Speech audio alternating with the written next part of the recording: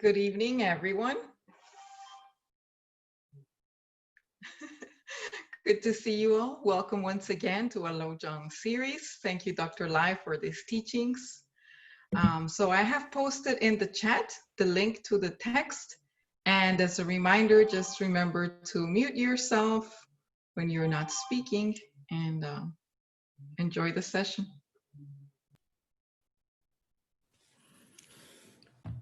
Thank you. So we will start now. This is part 10 of this ongoing series on what's known as the Mahayana Lojong in 7 points. So as usual, we're going to go ahead and start first with the opening recitations. If you don't know the recitation, then it's sufficient to just pay attention and listen to the recitation and let it, kind of sink in as much as it can without kind of stressing to try to understand what it is saying. So I'm going to do the opening recitation. If you know the recitation, then of course, you can join on your end as well.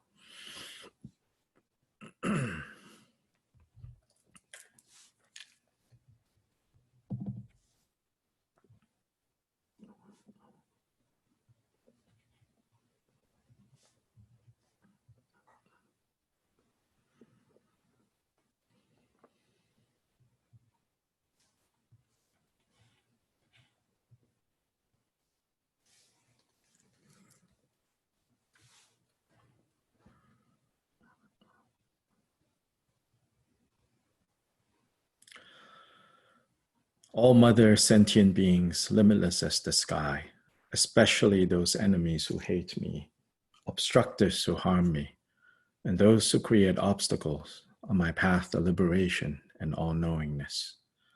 May they experience happiness and be separated from suffering. I will quickly establish them in a state of the most perfect and precious awakening. All mother sentient beings, limitless as the sky, especially those enemies who hate me, obstructors who harm me, and those who create obstacles on my path to liberation and all-knowingness. May they experience happiness and be separated from suffering. I will quickly establish them in a state of the most perfect and precious awakening. All mother sentient beings, limitless as the sky, especially those enemies who hate me, obstructors who harm me, and those who create obstacles on my path to liberation and all-knowingness. May they experience happiness and be separated from suffering. I will quickly establish them in a state of the most perfect and precious awakening. Thus, until I achieve awakening, I engage in virtuous deeds with body, speech, and mind. Until death, I engage in virtuous deeds with body, speech, and mind. From now until this time tomorrow, I engage in virtuous deeds with body, speech, and mind. In the Buddha, Dharma, and Sangha was excellent. I take refuge until awakening is reached. By the merit of generosity and other perfections, may I attain Buddhahood for the sake of all migratory beings. In the Buddha, Dharma, and Sangha was excellent. I take refuge until awakening is reached. By the merit of generosity and other perfections, may I attain Buddhahood for the sake of all migratory beings. In the Buddha, Dharma, and Sangha most excellent, I take refuge until awakening is reached. By the merit of generosity and other perfections, may I attain Buddhahood for the sake of all migratory beings. May all mother sentient beings, limitless to the sky, have happiness and the causes of happiness. May they be liberated from suffering and the causes of suffering. May they never be separated from the happiness that is free from sorrow. May they rest in equanimity, free from attachment and aversion. May all mother sentient beings, limitless as the sky, have happiness and the causes of happiness. May they be liberated from suffering and the causes of suffering. May they never be separated from the happiness that is free from sorrow. May they rest in equanimity, free from attachment and aversion. May all mother sentient beings, limitless as the sky, have happiness and the causes of happiness. May they be liberated from suffering and the causes of suffering. May they never be separated from the happiness that is free from sorrow. May they rest in equanimity, free from attachment and aversion.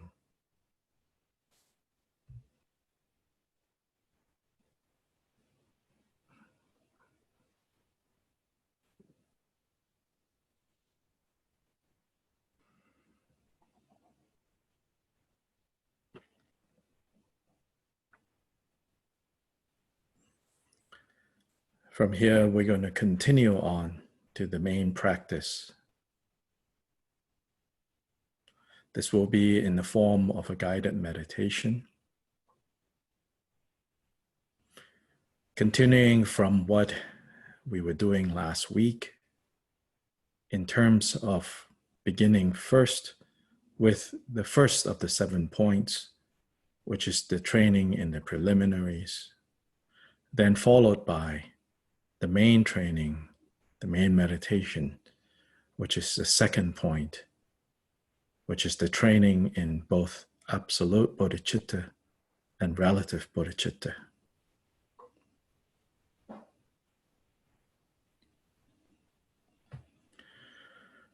So now as we begin,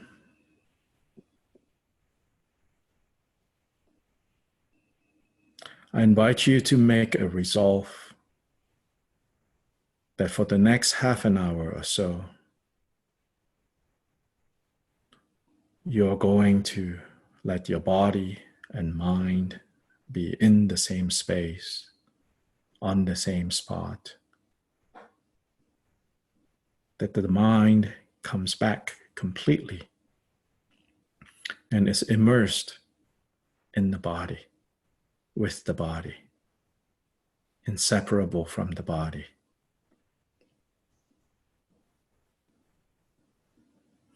Resolve that for now, just half an hour, body and mind can be together, should be together, so that both body and mind can have a little bit of time to come to rest. So that body and mind together can settle into their own places, find their own places that is naturally at ease, naturally without stress, open and spacious, and at rest.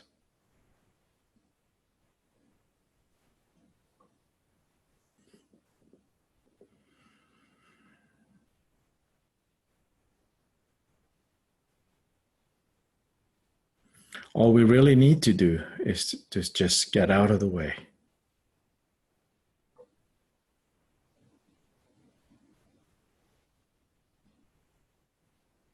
Get out of the way of the body finding its own place of rest and ease. Get out of the way of the mind, content to settle into this place of ease and rest.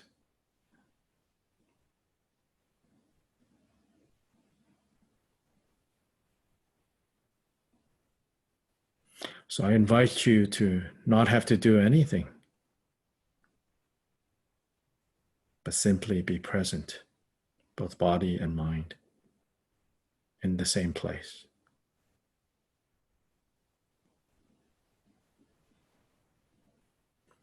See the weariness, see the stress, see the pointlessness of going anywhere else.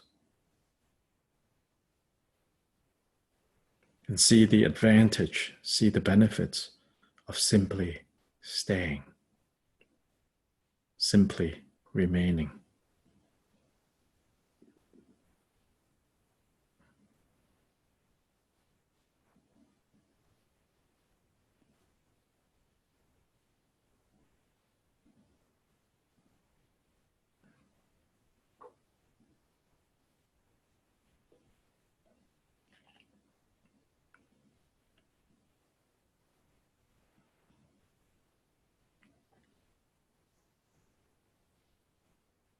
Breathe in, feeling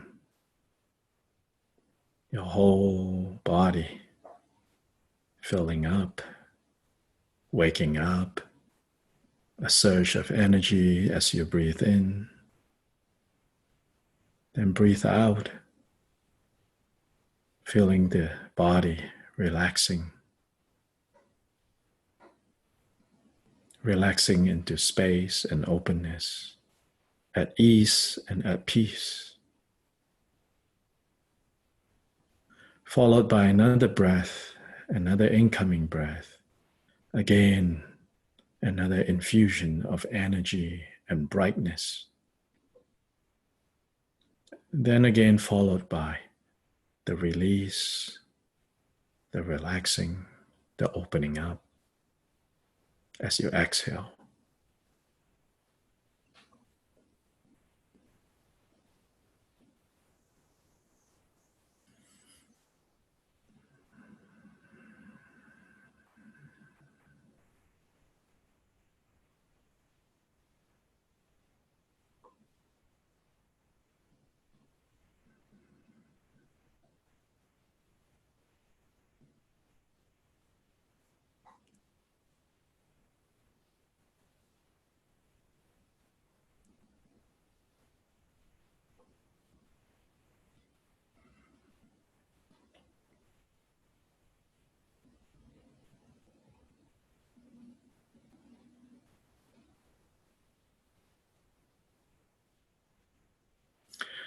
With the body and mind now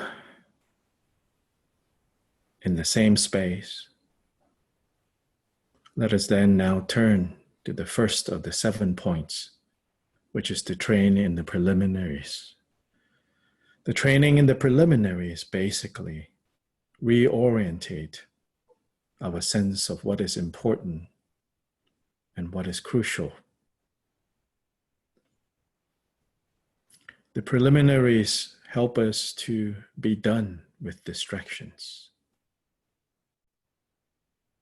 and to appreciate this moment and to take advantage of this moment that we have, to make a resolve, to be committed to the work of freedom, freeing oneself, freeing others from suffering and the causes of suffering. These are known as the 4 mind reversals, or the 4 thoughts that turn the mind, or the 4 considerations in order to direct us away from distraction and confusion, and instead point us to this clear place, point us to the causes of happiness, point us in the direction of achieving those causes of happiness.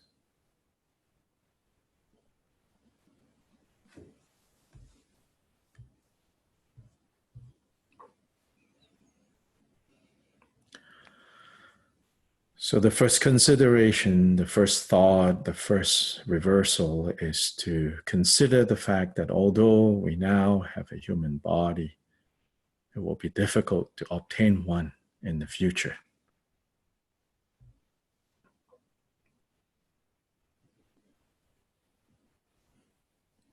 For this lifetime, right now, we have obtained this body with evident leisure and endowment, which has been extremely difficult to find and can easily be lost. So now, do not remain enthralled by meaningless distractions, but instead endeavor to use it to actualize this positive result, this final freedom, what we call liberation from confusion and liberation from the cycle of births and deaths, of comings and goings.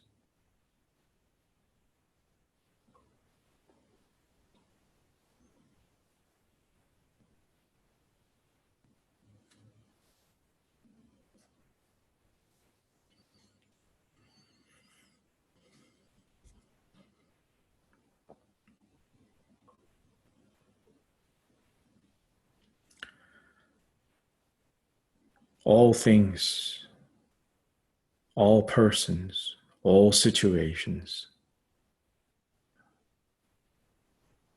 appear, exist on the basis of being composite.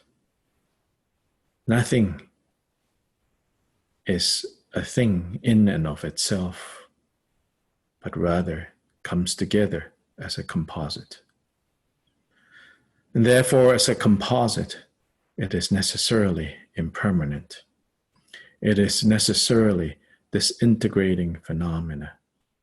And so once anything is born, once anything is created, once anything turns up, it will certainly die. It will certainly go away. It will certainly not remain in this way.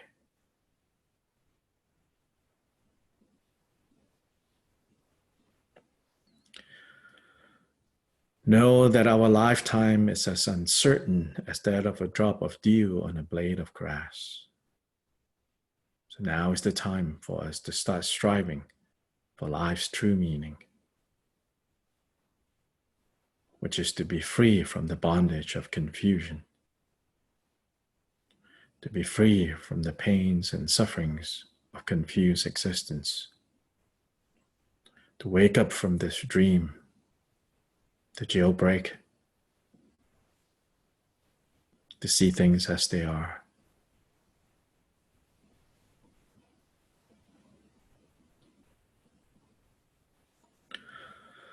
The third consideration pertains to understanding where suffering comes from and where happiness comes from. If we do not want suffering and want happiness, which is such an innate instinct that nobody taught us this, even when we were not born yet, even when we're still in the womb, we instinctively know we don't want suffering, we want happiness. And if that's the case, we need to see very clearly that results come from causes. And so our virtuous actions will bring us happiness, and our non-virtuous or unskillful actions will bring about suffering. For infallible karmic causality is the basic character and disposition of reality. So from now on, we shall apply ourselves with regard to what is to be taken up, what is to be adopted, and what is to be abandoned, that is to be discarded.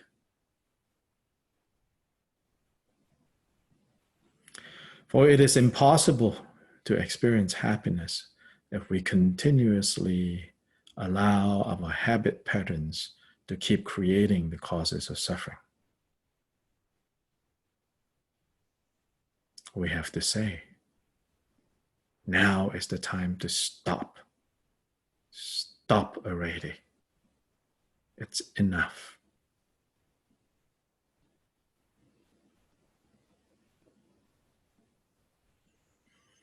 Finally, recognize the nature of confused existence. No matter how sometimes it might seem to be so satisfying, so alluring, but in fact, no one in the three lower realms or in the more exalted states of confused existence experiences even a single moment of real happiness. What's more, the myriad wrongdoings involved in wandering through this kind of existence are the root cause of continued rebirth within it, continuously being dragged back into this mess, being dragged around by our emotions, completely unaware and unable to give direction to even our own lives, but rather under the mercy of the afflictive emotions.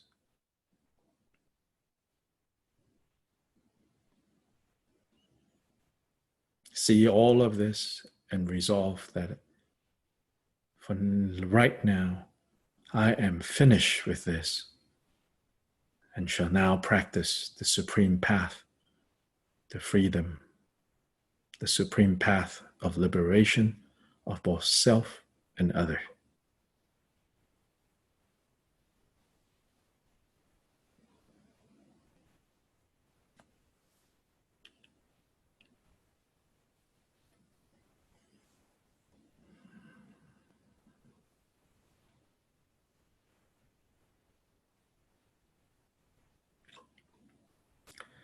Then whenever you are ready, the specific preliminary for the next part of this guided meditation, which is the training in absolute bodhicitta, the training in the wisdom aspect of the awakened state, we first begin by counting our breaths from 1 to 21.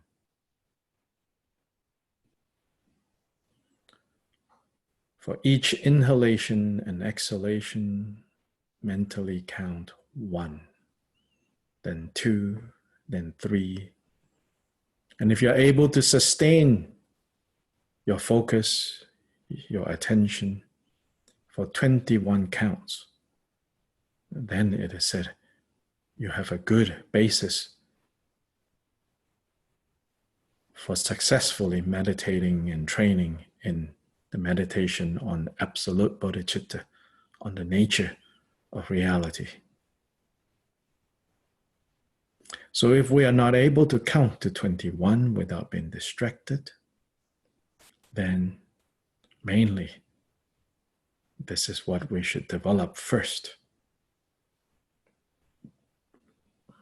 So you can count from 1 to 21 or 1 to 7, and then again 1 to 7, and then again 1 to 7, making it 3 sets.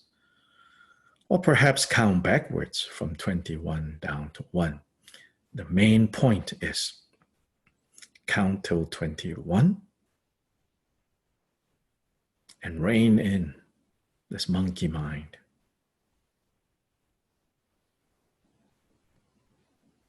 So that it can stay unmoving at will. Whenever you want it to do so, it can be so. So at your own pace, start anchoring your attention on your breath by counting till 21. Then you start again, another set of 21, and then another set of 21, perhaps relaxing a little in between the sets. But when the set starts, you need to be a little tighter with your wandering. Shorten the leash, so to say.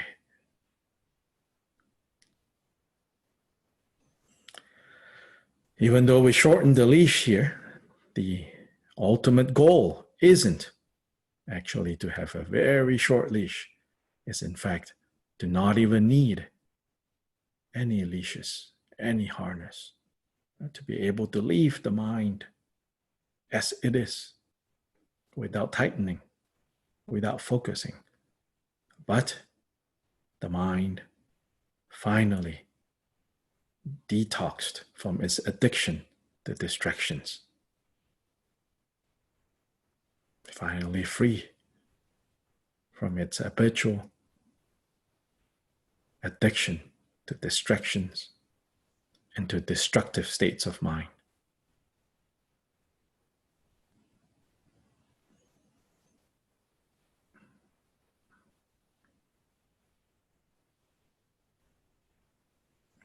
Breathe in, breathe out, 1. Breathe in, breathe out, 2. All the way to 21.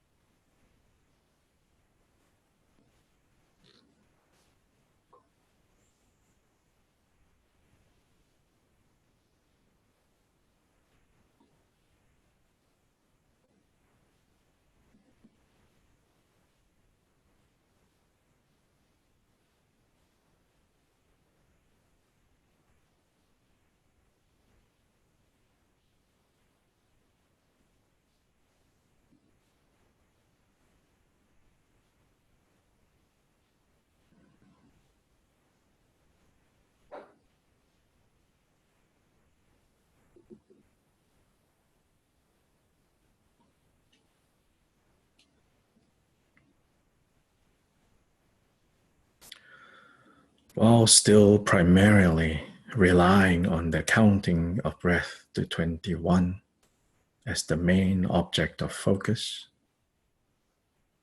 When you are ready, take these lines from the training in ultimate bodhicitta and absolute bodhicitta. Take these lines in the training of understanding the nature of reality, the nature of our minds. Take these lines and let them inform how you're going to respond to distractions that turn up during the counting to 21. So the very first line from Absolute Bodhicitta says, regard all phenomena as dreams. Regard all experiences, all distractions. See that they are but like a dream, without any essence, simply something that happens temporarily due to certain conditions coming together. And in that way, say distractions have no power over you, have no hold over you.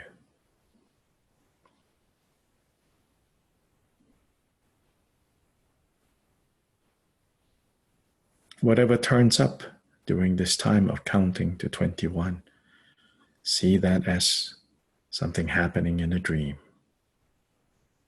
So the first line, regard all phenomena, regard all experiences, regard everything that turns up as simply something happening in a dream.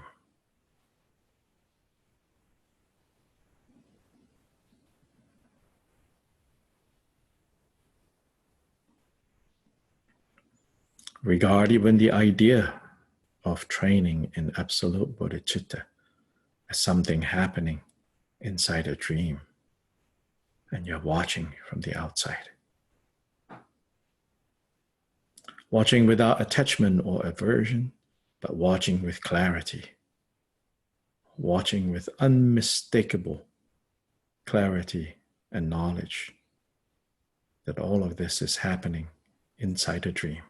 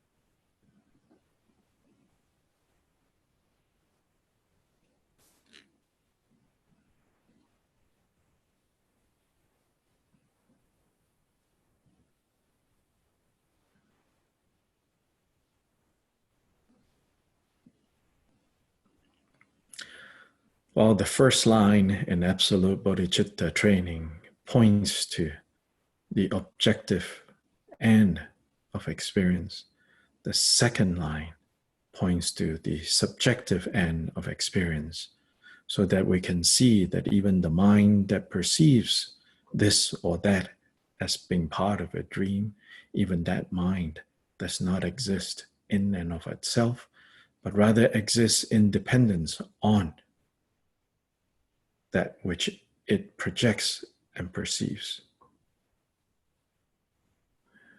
So the second line says, examine the nature of birthless awareness. Awareness is birthless. It is there and yet not there. It is there in that awareness is present. It is not there in that you cannot pinpoint it. You cannot grasp at it. Appearing and yet empty. empty but yet appearing. That is the nature of this birthless awareness.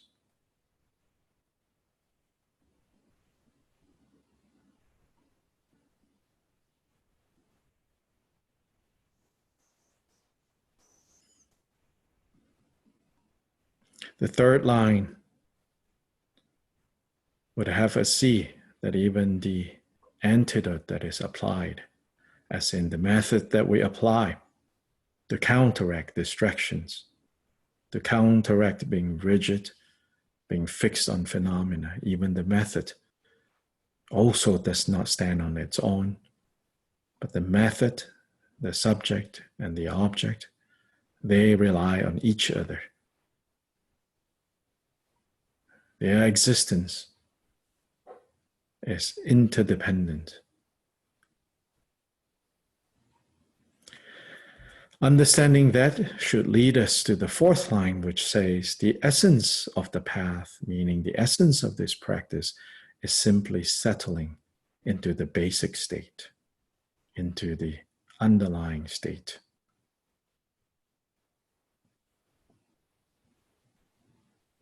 If you can hold your awareness without being distracted, just remain like that. And at this point, no counting is necessary anymore. Just hold your awareness.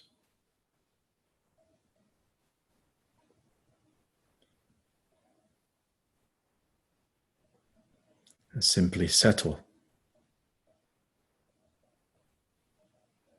into the alaya, which is the basis of mind. In other words, let the activities of the heart return to the heart and simply place the activities of the heart in the heart and just remain there.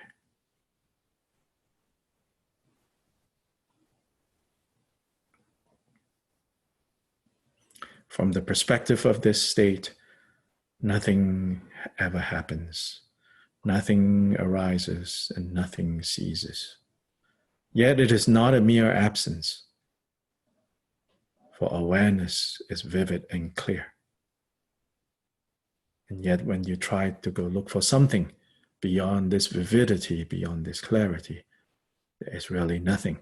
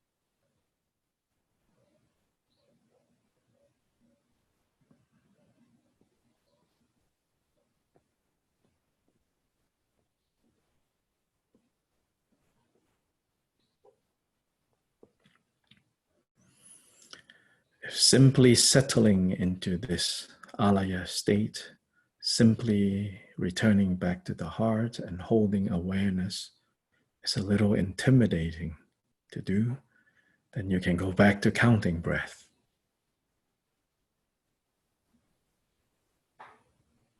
But count with the awareness that this is all just as it is in the dream.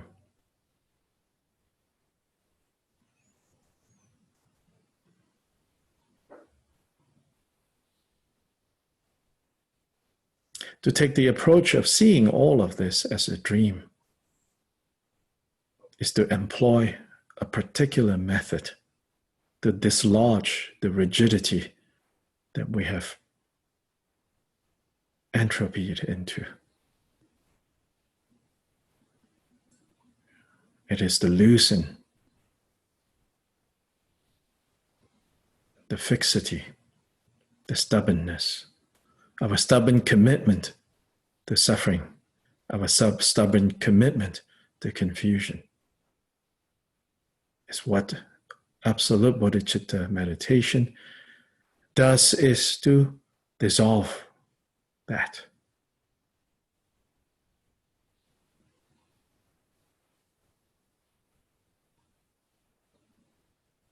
The more we dissolve that rigidity, the more clearly the vividity of the mind, the basic mind, is going to shine forth. Then the mind, the heart becomes a clear place, a restful place, as well as an alert place.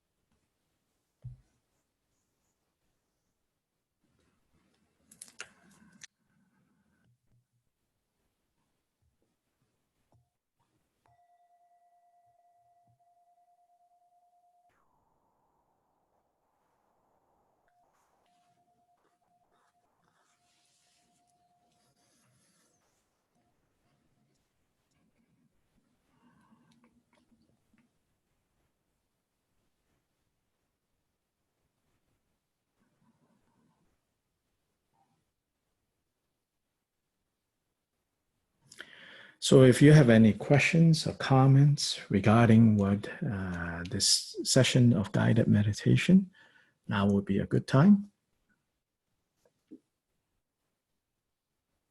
If you're watching on Facebook, you can type the question and somebody hopefully will catch it. If you're with us on Zoom, you can speak, or you can type in the chat, and then it will be read out, and then I will try my best to give you a response.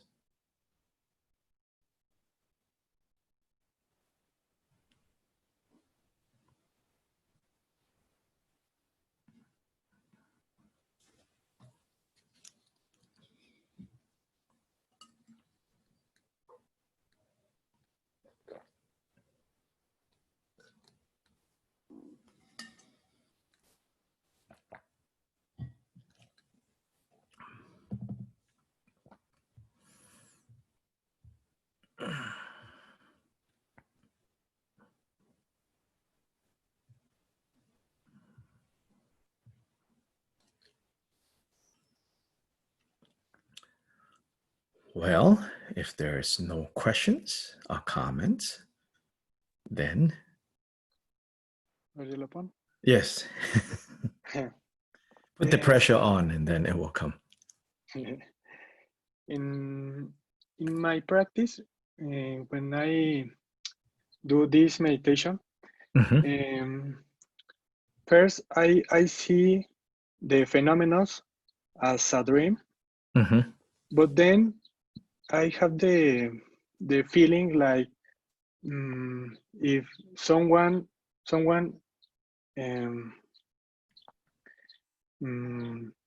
if someone concrete or someone solid see the phenomena, and how I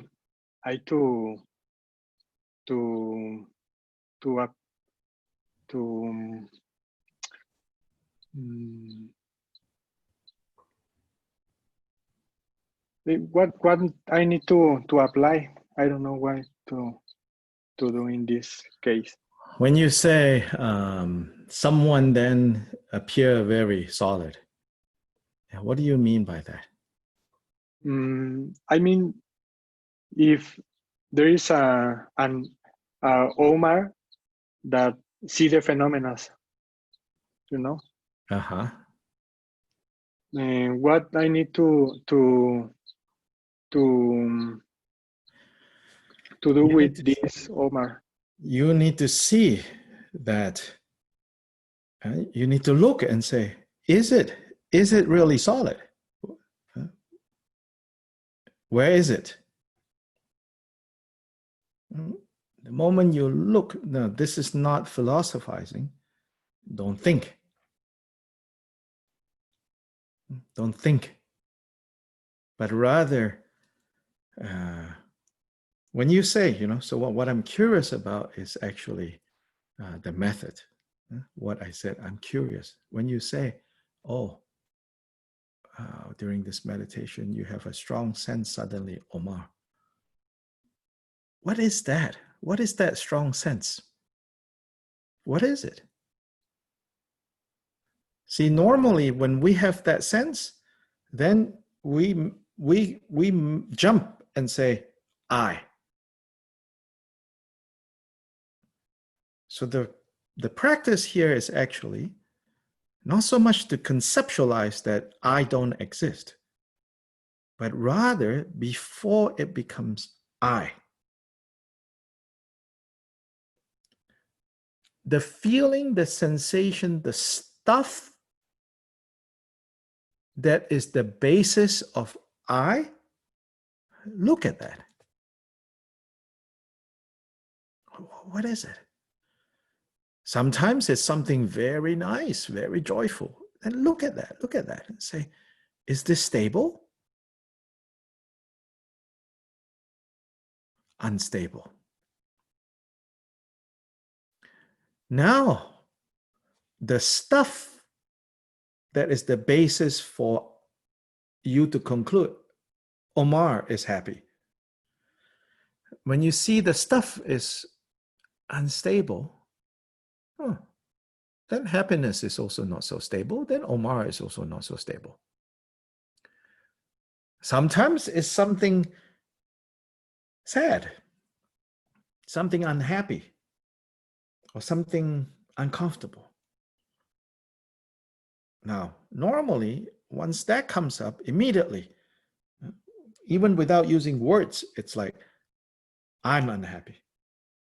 Then, right? But before it goes to I am unhappy, again, we say lean into, meaning you kind of zoom in. What is this feeling that is unhappy? Even to the point of like, so on the level of muscles in this body, where is it?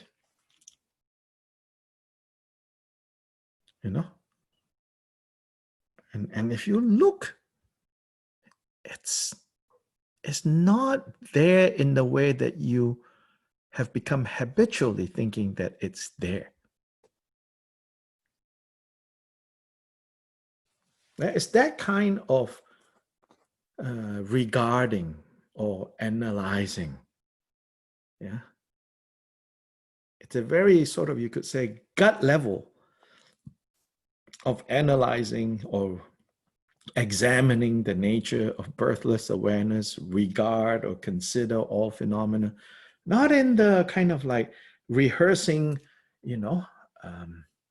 party line. Buddha says there is no self. Buddha says everything is impermanent. Buddha says, not that kind of analyzing. But rather, you say, oh, I'm here.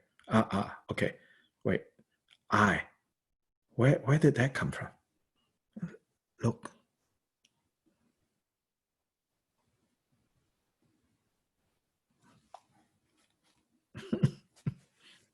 Okay, thank you.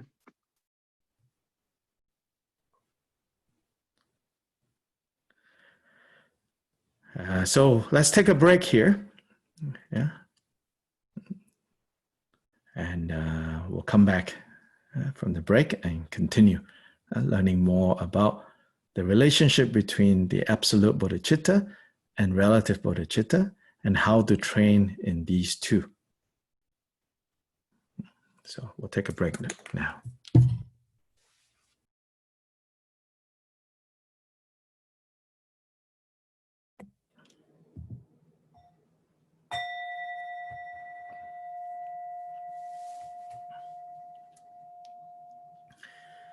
And so we're back.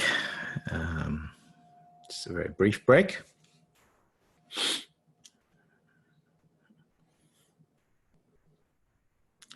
So in this tradition of training the mind, Lojong, it is summarized into these 7 points, and hence the title of this text is the Mahayana Lojong in 7 points. The meditation point is the second point, or it can be found in second point. In the second point, there are 10 lines, 10 one-liners given. 5 pertains to the training in absolute bodhicitta, and the next 5 pertains to the training in relative bodhicitta. So when we talk about training the mind, in fact, what we are doing is we are training the limited, the monkey, the separated, the individuated, in the negative sense of that expression, the isolated, the isolated self, the estranged self, the mind, the estranged mind, the isolated mind, the monkey mind, to train it so that it can become the bodhi mind, which is what bodhicitta means. And bodhi means awaken or awakening. So this awakening mind, this bodhicitta, there is 2 aspects or 2 sides to it. One side is called absolute, one side is called relative. Here, don't be fooled by absolute and negative into thinking that absolute is where I want to get to. Relative is a temporary thing that I have to go through to get to the absolute. Here, it doesn't mean that in this context. Just a reminder, absolute and relative are 2 sides of the same coin. This side is called relative because it is the way this awakened mind operates in relation to others. So that's one way of understanding why it's called relative. To conveniently use the English words, right? It's relative in that how does this awakened mind, how does this bodhi mind operate when relating to others? So it's relative in that sense. Absolute then means that how does this awakened mind, how does this bodhi mind operate or express, how is it expressed? It's expressed in an absolute way, without any reference to whether there is something or someone to relate to or not, as it is. So as it is and as it relates to whatever other that might be there. And so there are these 2 parts. Here in the Lojong in 7 points, rather than starting by training in relative bodhicitta first, which seems quite reasonable, it feels almost like it immediately pushes you into the absolute first. And so from that perspective, it might seem like, oh, is this in the right order? And in fact, some great masters of Tibet, that came a few hundred years after the writing of the original composition of this text, in fact, decided to rearrange this text.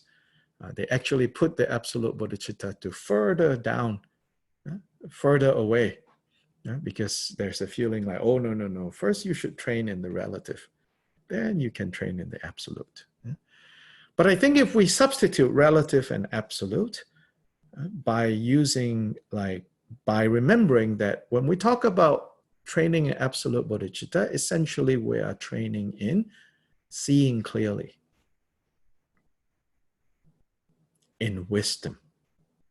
And when we say we're training in relative bodhicitta, we are basically training in love and compassion. But love and compassion with understanding. Then if we remember that, then you can see, oh, yeah, it makes sense. Why one might want to start first with the training in clear seeing, in wisdom.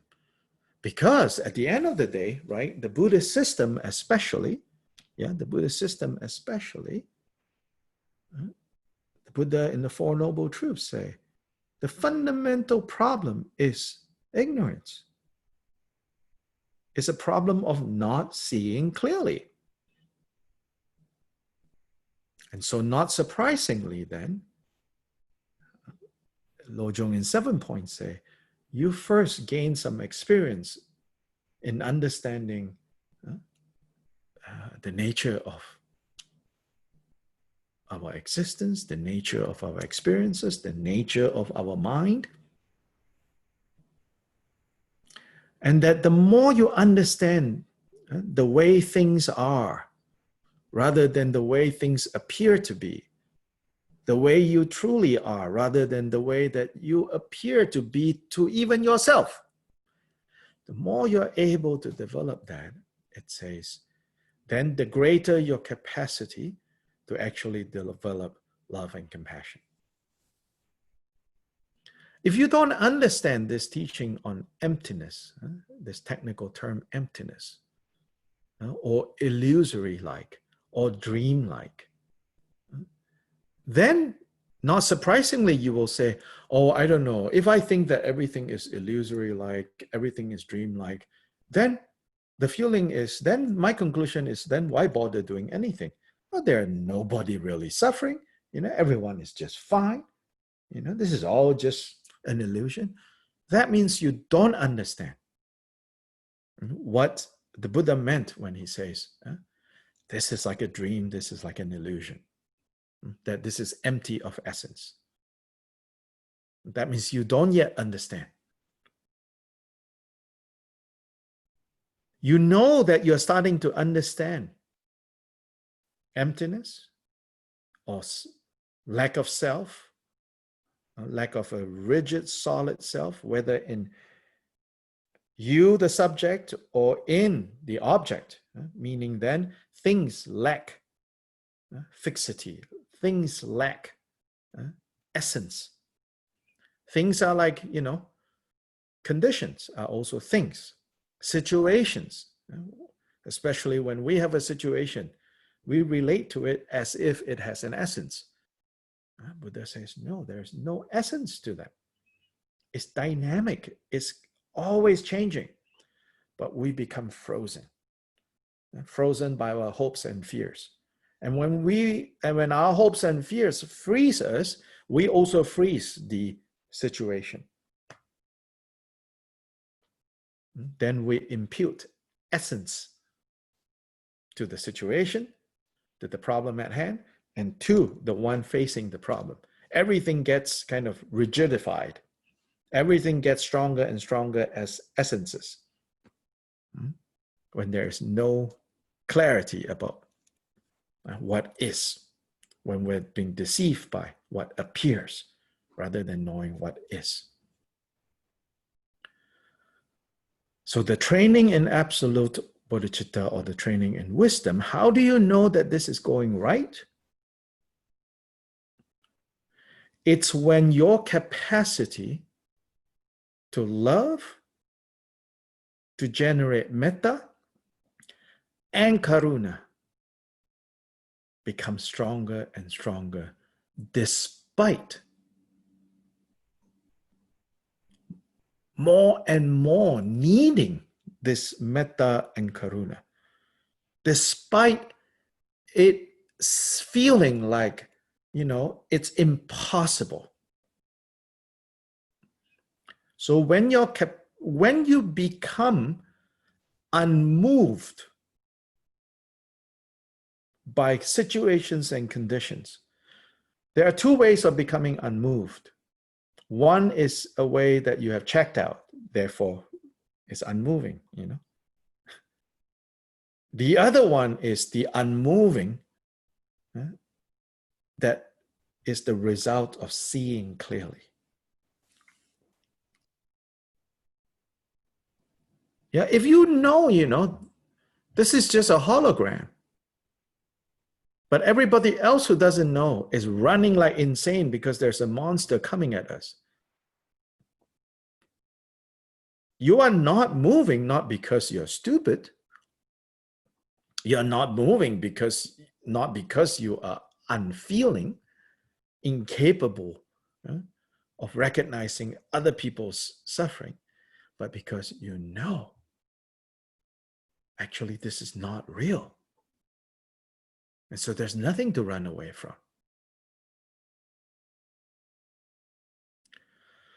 So in the training in love and compassion, aka meditation on relative bodhicitta, aka Tonglen practice, breathe in all the suffering of others, or start with your mother first, breathe in all her suffering so that you can take all her suffering away from her. And then give her your happiness, give her your satisfaction, give her your advantage, give her your privilege. You know that you are doing it right when no matter how much suffering you take and how much happiness you give, it doesn't change your state.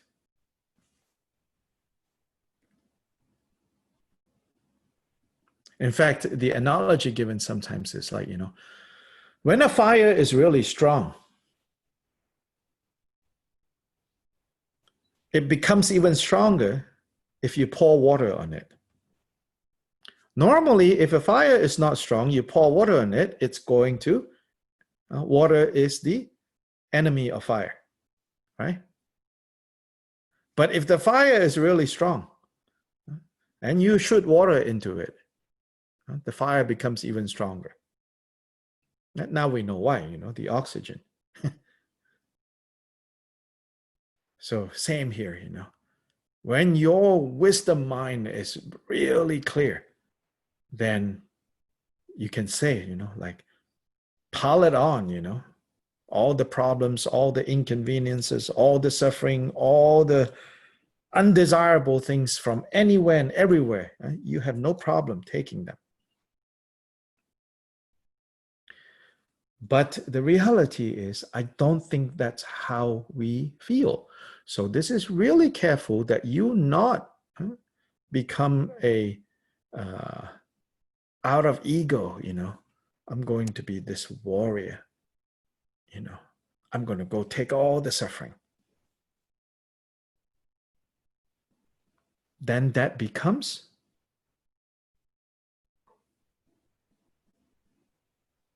the opposite of compassion.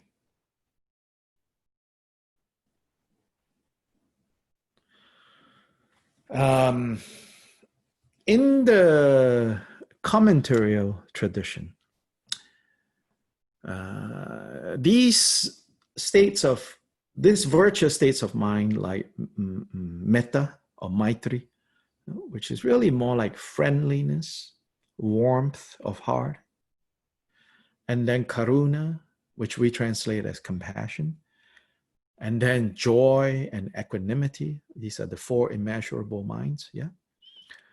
In the commentarial tradition, both in Pali text and Sanskrit text, they go into like trying to show us more clearly what the Buddha is talking about by identifying what they call distant enemy and near enemy of each of these states. Enemy is a very literal translation. What it means is like, it's opposite. What opposes it?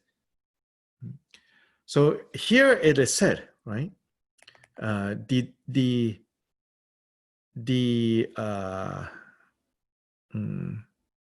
See if I can let's see. Yeah. So here it is said, yeah. The far enemy of karuna is cruelty. Far in the sense of, we can see very clearly, you know, that the complete opposite of compassion is cruelty. And cruelty is the mind that wants to see people suffer.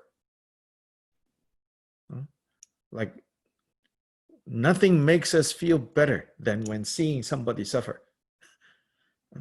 This is a very suffering state of mind, you know. This is not natural.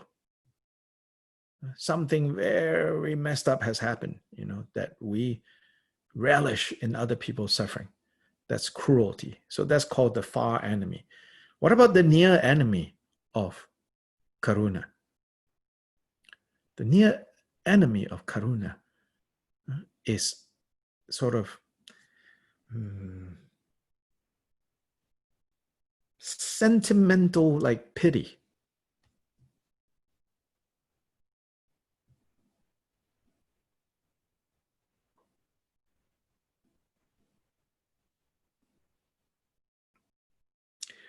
It's a near enemy in that it closely resembles compassion, it closely resembles karuna, but it is not karuna.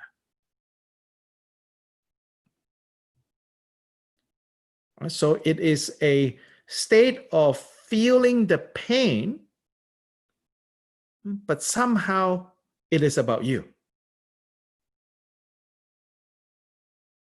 It is not about the other person that is suffering.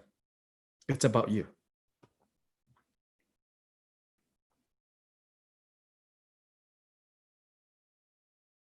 And that is called the near enemy. As in, it closely resembles compassion,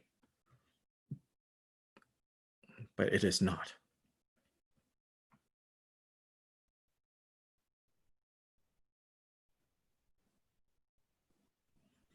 Oh, I feel bad for you. Oh, I feel so bad for you. Oh, you know.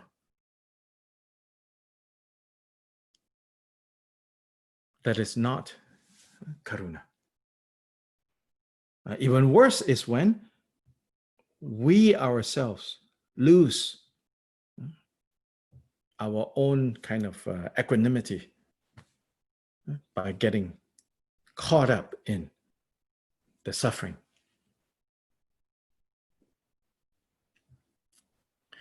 Last time we met, you know, I said the best example is like, you know, if you're going to be a doctor, a surgeon in the ER, you know, you have to be very cool-headed. There's a reason why, you know, they don't let doctors or ER surgeons to, you know, ER doctors to you know, try to save someone that they know. Because your emotions get in the way. So this compassion, you know, it's a cool kind of state of mind. Cool and composed.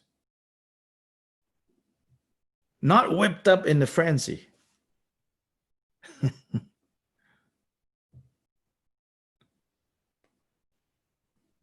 So that's important to recognize. Now, without absolute bodhicitta kind of serving as a foundation, if you simply jump into practicing love and compassion, it can lead to biased love and compassion as well. Meaning those that I care about is more important than those that I don't care about.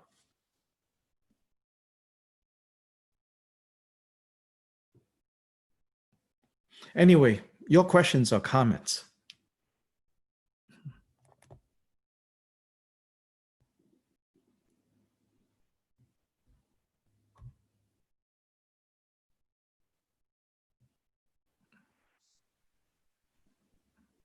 This is Siswa.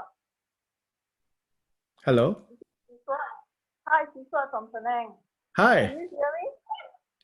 I just want to say that you have blown my mind away by fine-tuning the distinctions, which is elusive. It's very hard to see them. And this morning, you illuminated something essential, and it will lead me to search myself for these little kinks in my practice. So thank you. Sure.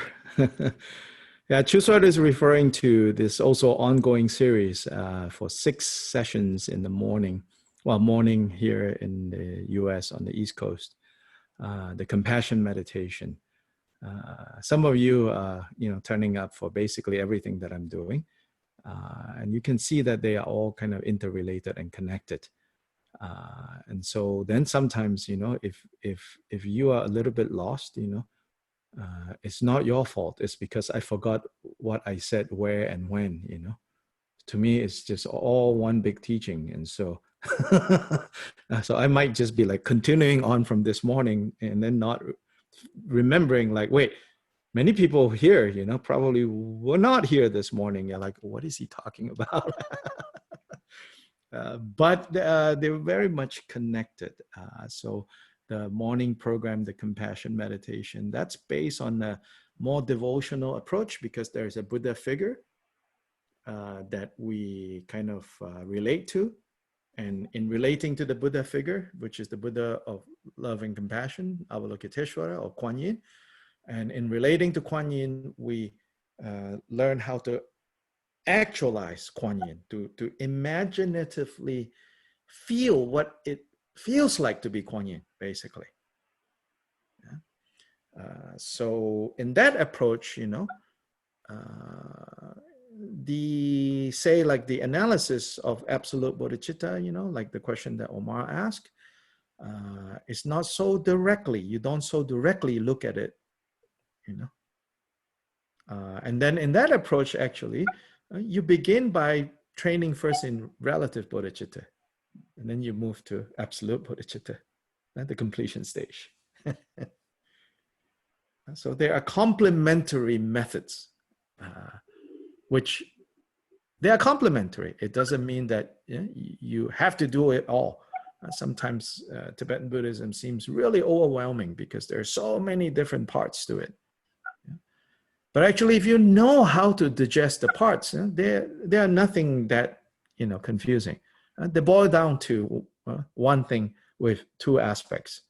Guess what? What is it? One thing with 2 aspects? Oh, come on. Speak up. Bodhicitta. Bodhicitta. Bodhicitta, absolutely. The absolute side and the relative side. That's it, Very good. Dr. Lai, I wanted to ask you about Yes. the Tonglen practice that Yes. you were teaching on the end of the evening last week. And, I have this point of confusion. I believed I received an erroneous teaching some years ago, and I lost some confusion. And I think I've got it straightened out, but I just want to confirm with you. And then, let's work on clarifying. I'm not the final say on this matter. So let's try to work it through and clarify. Yes, okay. Go ahead. I'm up for that, but I must say I do consider you a pretty good authority figure. I will admit. So on this taking on the suffering of others, when I first learned Tonglen, I learned it from kind of the Pema Chodron tradition. And I didn't have any problem with it. And I felt like I was more kind of energetically taking on the suffering and then energetically transforming it and then breathing out the cooling that didn't cause any problem. Then I got what I believe was an erroneous instruction that I have to be careful, because if I'm taking on the suffering, I may actually be taking it on, and of course I'm not ready for that. And what I feel like discovering in recent weeks through you and other teachers is that is definitely an incorrect confusion, and that my original feeling about it being more of an energetic, bringing it all in and then transforming and sending it all out, I was more on track with that. And so I guess I just want to confirm that. Let me see if I understand what you mean by the second one that you say erroneously.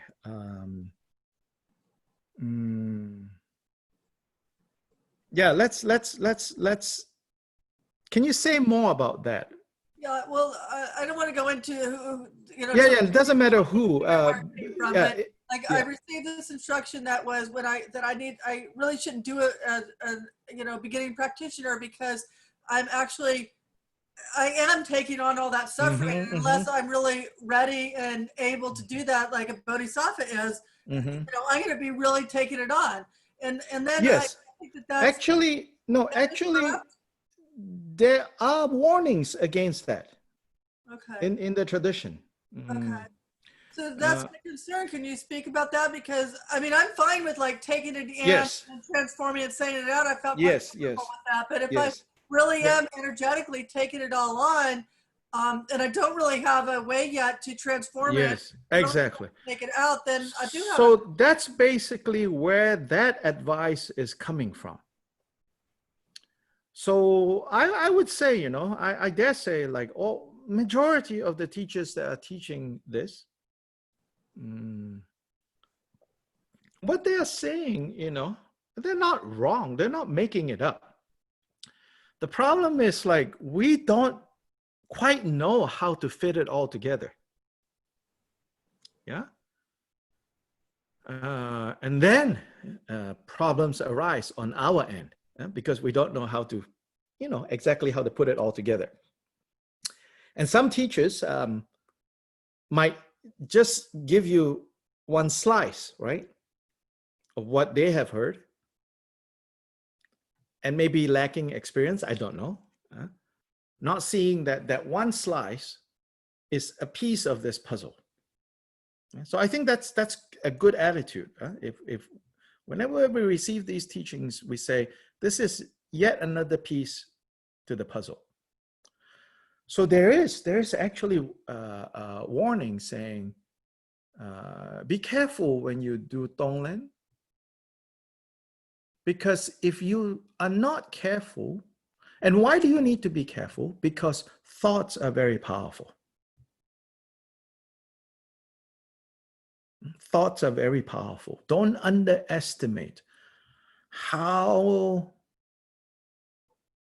powerful thoughts are, and how fundamentally what we call reality is simply the embodiment of our thoughts, our states of mind. Given that, then if we take suffering in practicing Tonglen, breathing in other people's suffering, even if we say it's energetically, that energy, if we are not careful,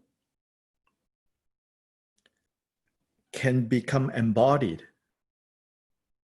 as suffering for us. So that's the meaning of, be careful. The other thing we have to remember, until Pema Chodron, of course, did wonderful work introducing this to people. Actually, in the old country, Lojong is not taught so early. Lojong is taught, kind of like further down the road. Atisha said, to his immediate students, don't teach this for 7 generations. Because at that point, he said, the Tibetans, you guys are not ready for this yet. So you should do the step-by-step thing. And develop strength, develop courage, develop understanding. Then after 7 generations, when there's enough critical mass, so to say, then you can publicize this. Maybe not 7, but several generations later. Because Geshe Chekawa is not 7 generations. There's some other tradition that talks about 7 generations. Basically, don't publicize this until enough people kind of there's a general culture of understanding the ABCs of Buddhism, the ABCs of the Buddha Dharma. Then it is very helpful to have this Lojong insight.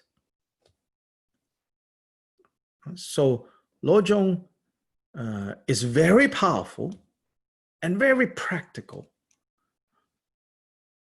if we don't misunderstand or misread it. Yeah. So last week, I think when we met, I did emphasize, actually, maybe it's me that said that. I did emphasize that, given our kind of Christian baggage with sin and suffering as punishment because we have not been good enough. When something bad happens, right, we have this emotionally charged baggage.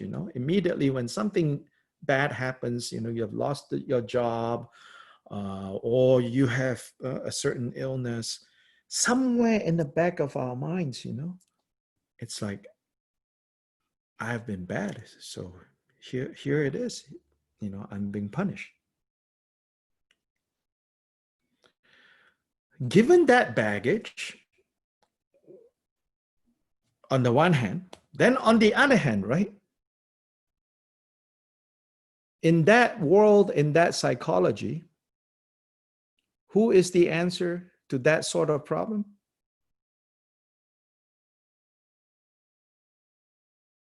You're asking a question, Jesus. Yes. Jesus that is sinless,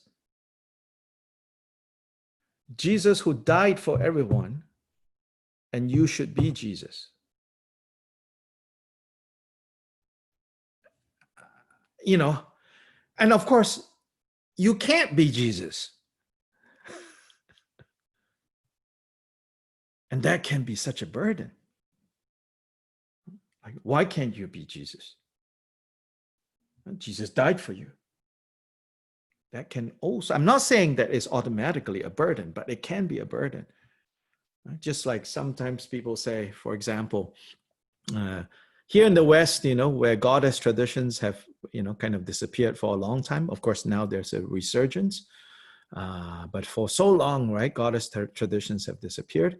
And so when people started to look around, right, and they think, oh, like in India, there are so many goddesses, And so, of course, over here, people who were initially attracted to, like in India, there were so many goddesses. You would think, oh, and the people who are attracted to that are usually feminist, whether male or female, thinking that, when we have a female figure, right, when we have a female god, then, we can be empowered, Yeah, except that's not the experience of women in India. There, it's always, and I think maybe in Catholic cultures it's also there, in a way, like the mother of God, right? And the goddess. So no human woman can live up to that. And it can also be a burden. So I would sort of, not as an insult, but use in a very clinical way, the term near enemy, right? So I think Christian notions of sin, punishment, suffering, and redemption is in a way a near enemy of Lojong understanding. Easily mixed up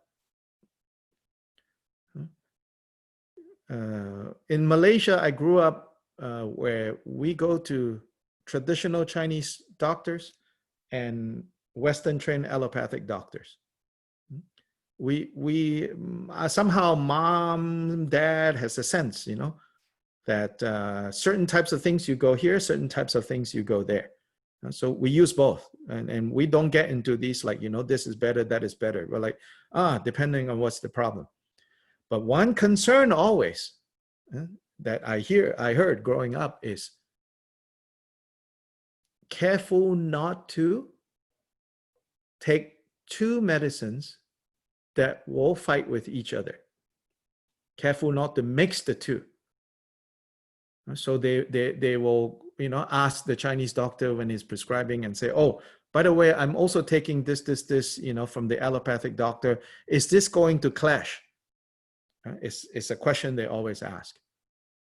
Or going to the allopathic doctor and say, oh, I'm also going to the Chinese, although usually they keep that a secret because the allopathic Western trained doctor is usually more arrogant, you know, they're like, no, don't go to those, you know, traditional. But this idea, so here, please don't misunderstand me. I'm not criticizing Christianity. I'm just saying, you know, that you want to be careful, right? Not to bring the wrong ingredients together. So there's the near enemy. There's a particular bag of kind of cultural, emotional difficulties with suffering, with taking on suffering, you know. That when the Lojong teachings come in, we got to be a little bit more sensitive to the local context. Yeah, I would say that. So back to your initial question, I think both are correct. I wouldn't call the second one erroneous.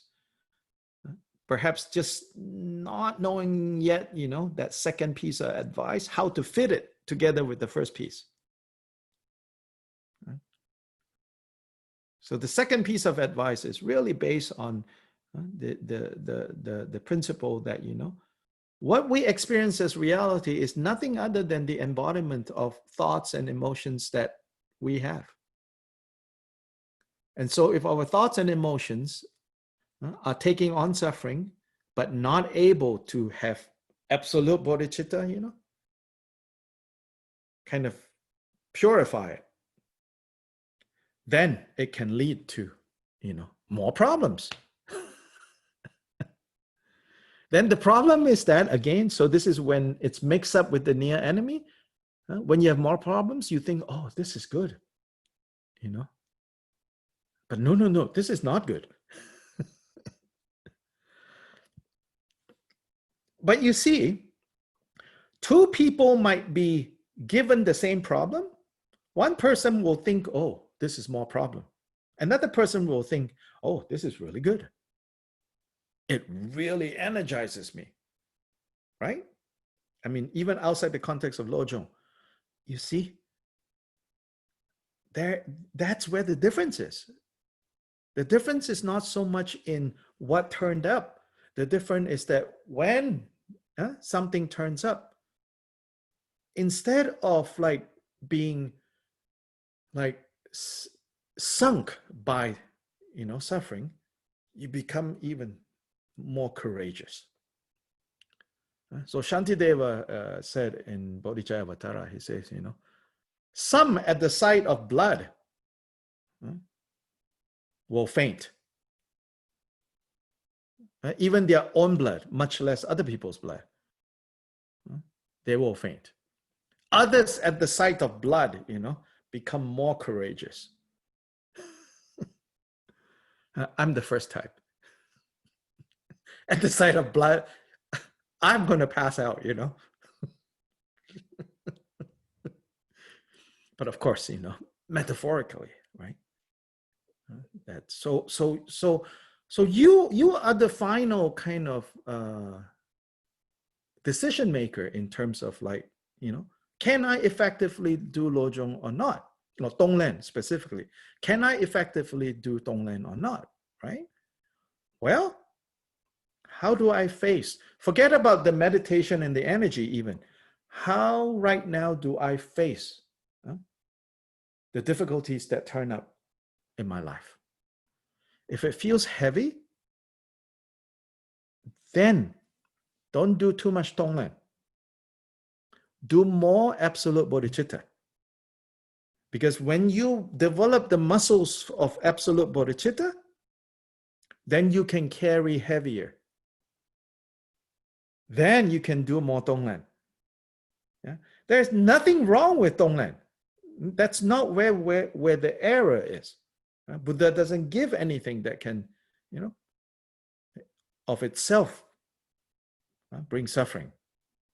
By definition, Buddhas don't teach things like this.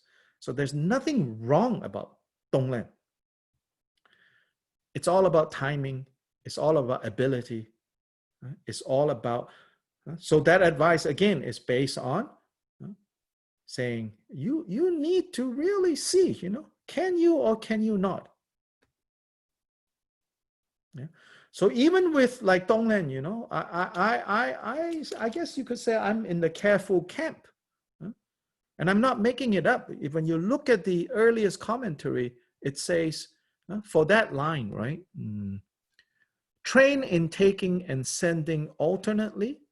That line there, right, isn't yet at the point where you actually visualize breathing in and breathing out.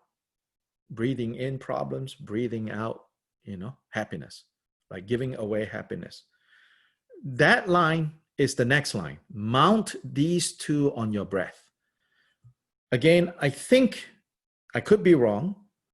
The way that these more popular Tonglen books that are out there makes it seem like first line and second line, immediately you do them together.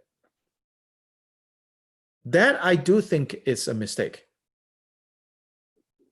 Although this is not a theistic system, Here, when we say mistake, we don't mean, going to hell or whatever equivalent of that.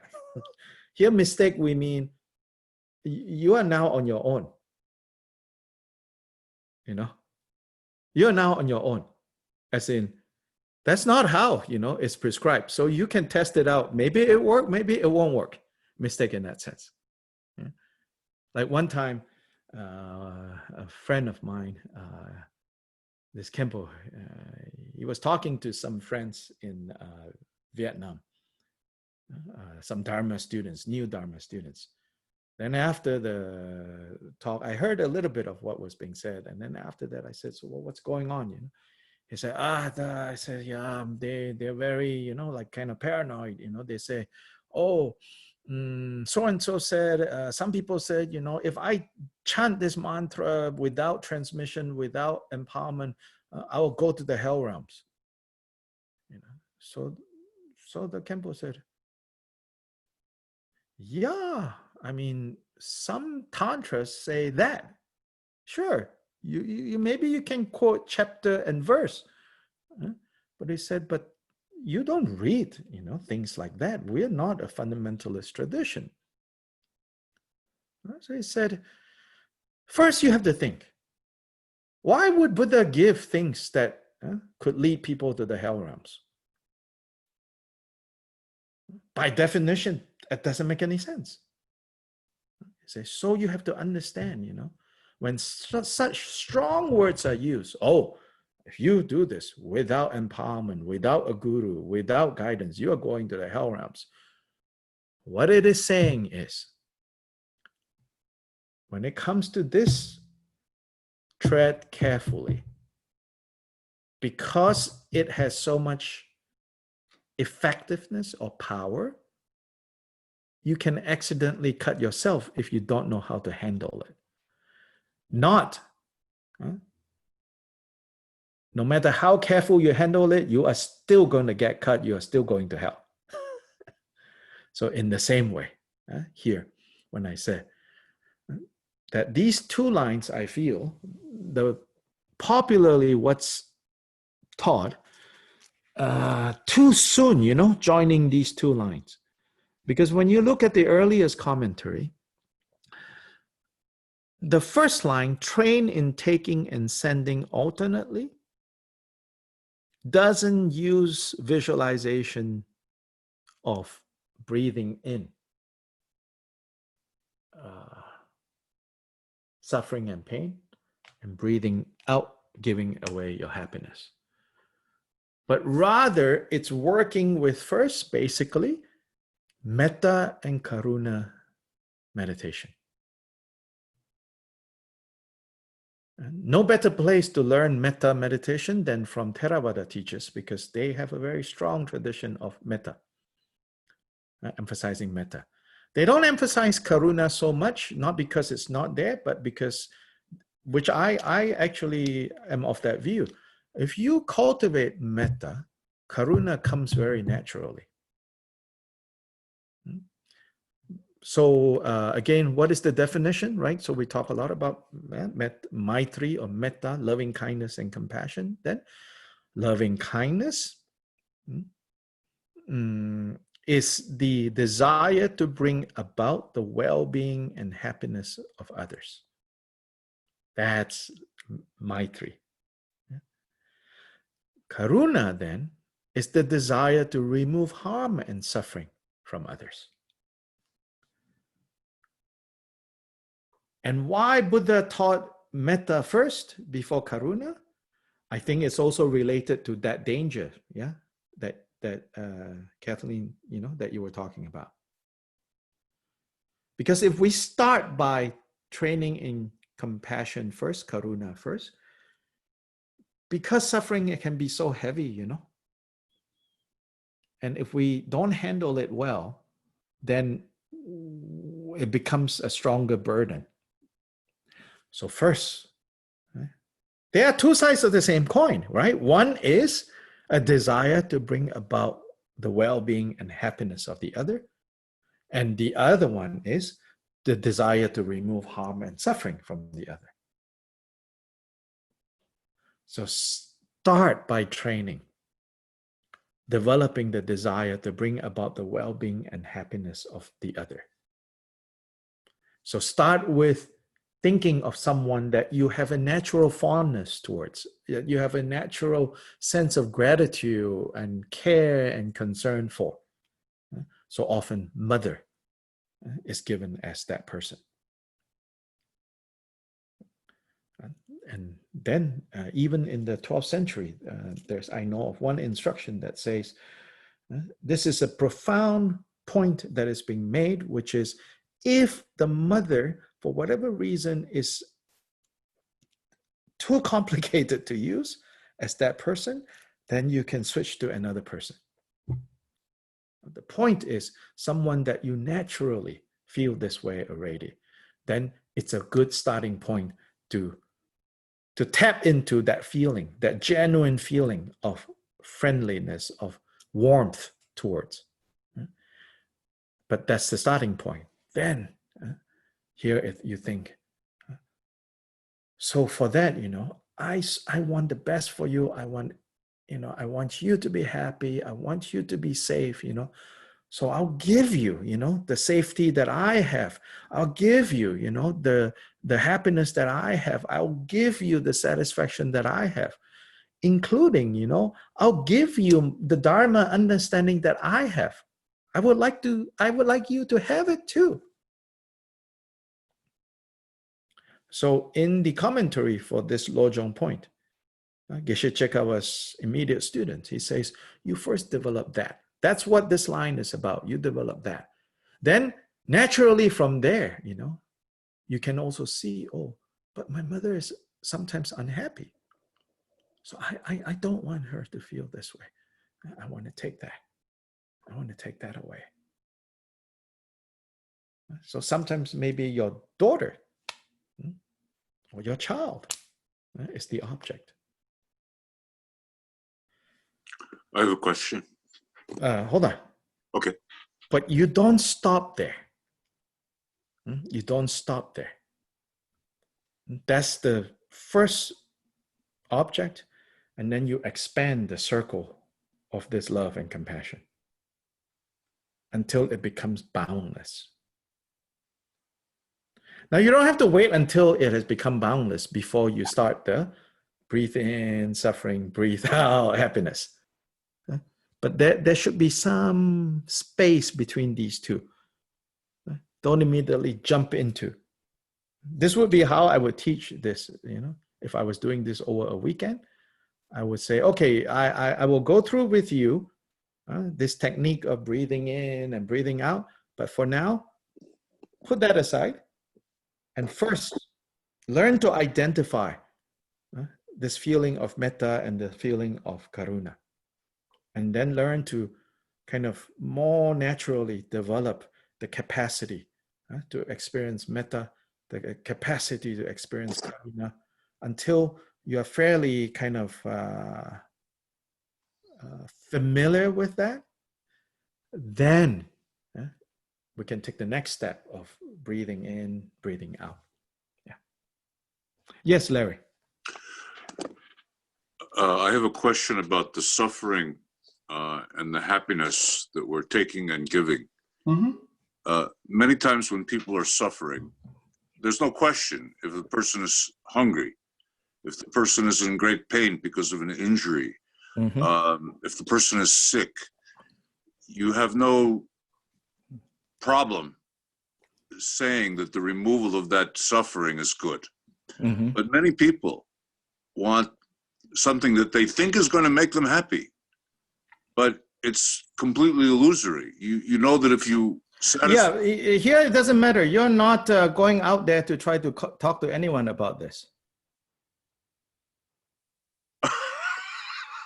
Yeah. No. I'm talking about evaluating the suffering. No. You don't evaluate the suffering. Suffering is suffering. Okay. So even if it's from illusory, samsaric thing, like the person just wants a new pair of shoes, that doesn't make any difference. No. Okay.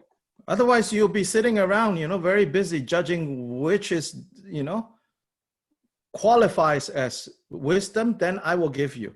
That's foolish. I'm not going to give you. Right. No. In this system, that they say completely irrelevant.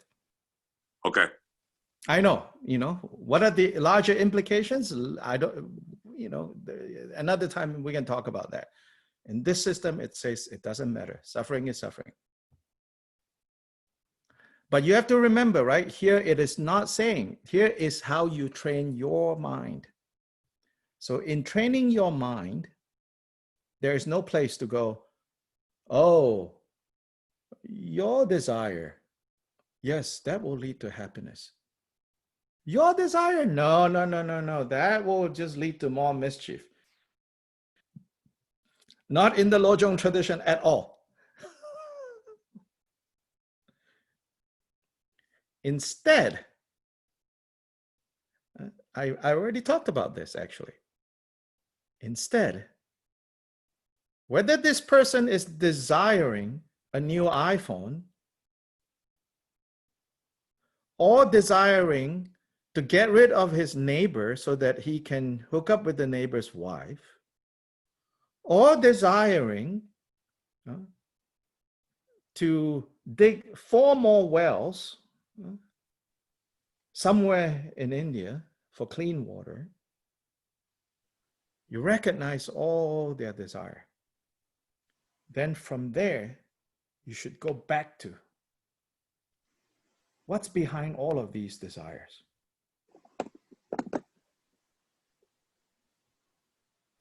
It's not like I'm not saying that you're not aware, like, come on. How many iPhones have you had in the last 3 years? You want another one to be happy? Yeah, you see that. Huh? But you don't dwell on that. Well, unless, this is your son saying, come on, dad, then of course you're like, I'm not giving it to you. That's a different matter, But here, in terms of training the mind, all we need to do is to recognize suffering. Suffering due to desire. Yeah. No need to put worthy desire, unworthy desire, a mix of worthy or unworthy, but rather go behind this and say, where does this come from?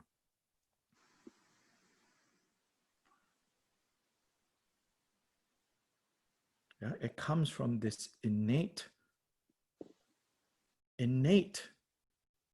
nobody taught,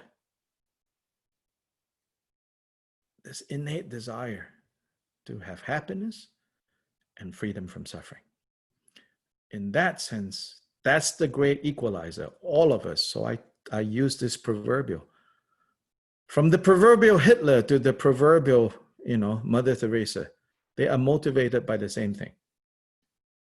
And in that, we are all the same. So in terms of us developing love and compassion for them, it has to be equal and universal. In terms of, like this person is now knocking on your door, then of course, you're like, hold on. Let's have a talk about, what you think will make you happy. Yeah, of course.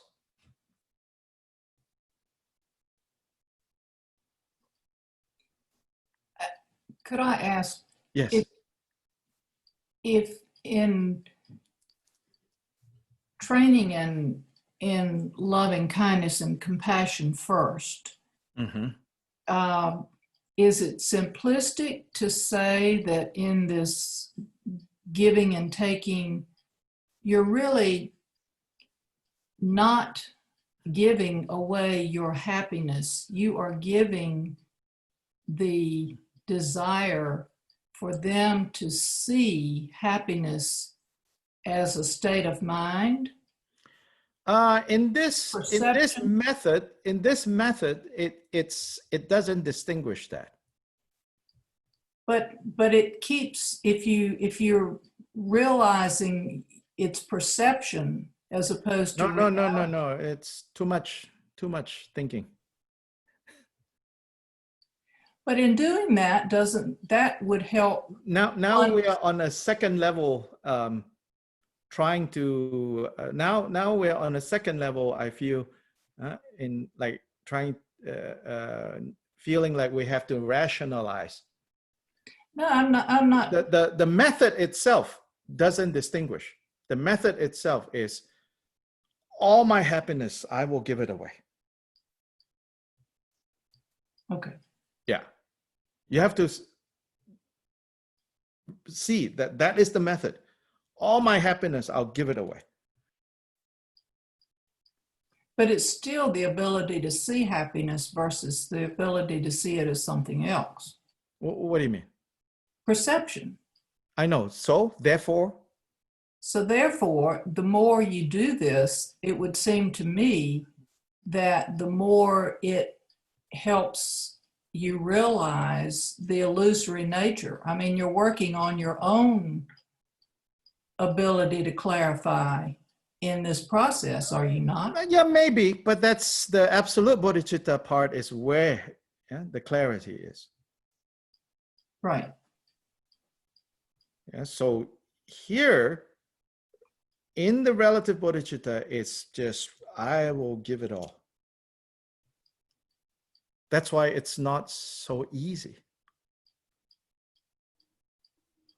And what I'm trying to say is, don't enter it by going, well, it is a perception. It's not actually that I'm going to give. Then you are like, trying to go and trying to put on the brakes.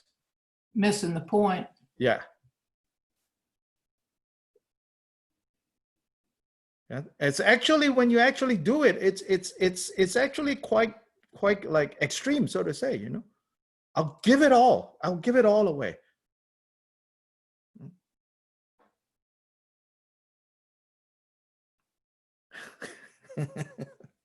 So Dr. Lai, then is that then getting back to my original question? Yes.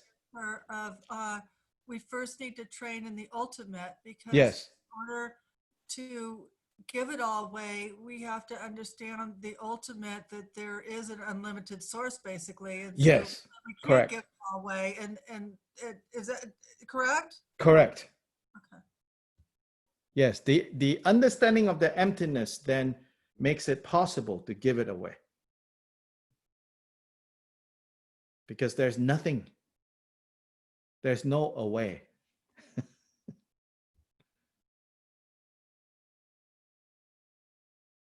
Yeah, I know, you know, like I'm exactly in the same boat as you, you know. Part of what we're doing here is like we are, you know, kind of like mapping out, you know, how it may or may not happen, you know. But in the old way, you know, when I guess when people are not so complicated, you know. I mean, I'm certified complicated, you know. Me, you know, the 3 letters behind my name. You know, so I'm talking about myself, certified complicated, you know, PhD, officially certified complicated, you know. So I very much understand, you know, that we feel like we have to talk about this, you know, to clarify. But in the old way, you know, you just do it, you know. You do it and then you come back with like not with questions that you thought about, but with the direct experience that you had, you know, when you started to meditate on giving it all away. Right? You come back and you say, you know, Lama, it went well for 10 minutes. And then there was a panic that what if I will lose everything? And then from there, yeah, the teacher really does the work of guiding us through. I think we have to appreciate that point.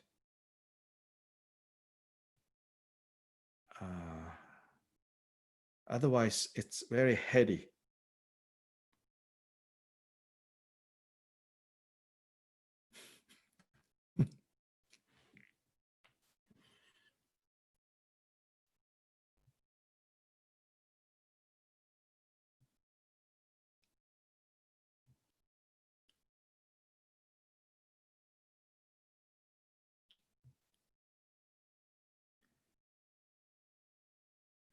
Starting from next week, we're going to start looking at point 6 and 7. I can say, you know, in some ways, I mean, the original intention of this text is so that mainly we practice full-time even, you know, point number 2.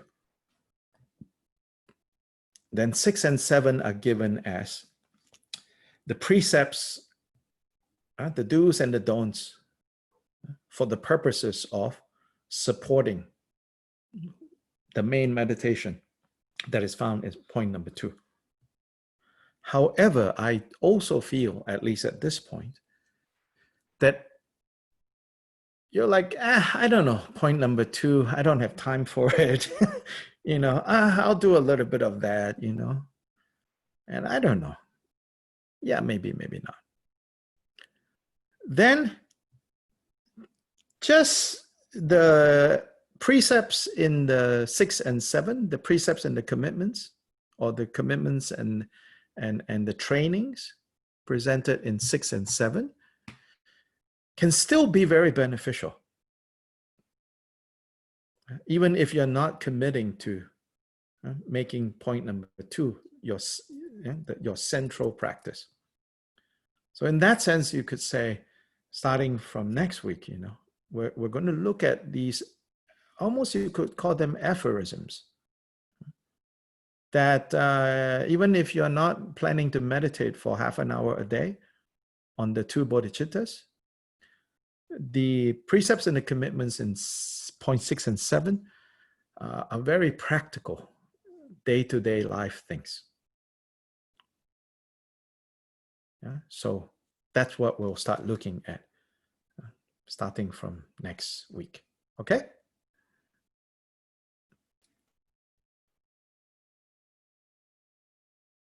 Then at some point we can come back to this formal meditation.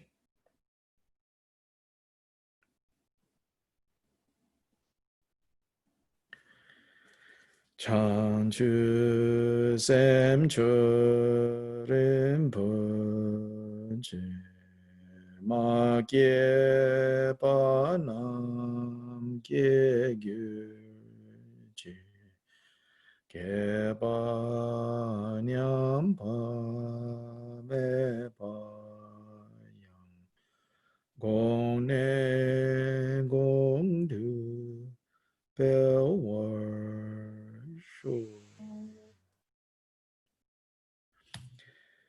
This excellent and supreme bodhicitta, where it has not arisen, may it arise. Where it has arisen, may it not decline, but ever increase higher and higher. So that's the meaning of that chant. You'll have a good evening. You have a good day. And I see you only on Thursdays, then next Thursday I'll see you. Very quickly, Maurice, I got your message. Short answer is yes. Longer answer is we have to find a time. I think it would be better if it can happen at the temple. No rush. The point of taking refuge is it has already arisen. And then it's good to kind of follow through the formality. So for anybody else in Asheville, if you all want to more formally take refuge in the Buddha Dharma Sangha, happy to facilitate that process. But it will be, I think, very nice if it can be done, in person at the temple. But right now, let refuge arise in our hearts. That's the true refuge.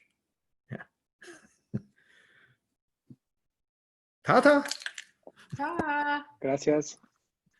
Thank you. Hasta mañana. Thank you. Good night. Gracias. Thank you.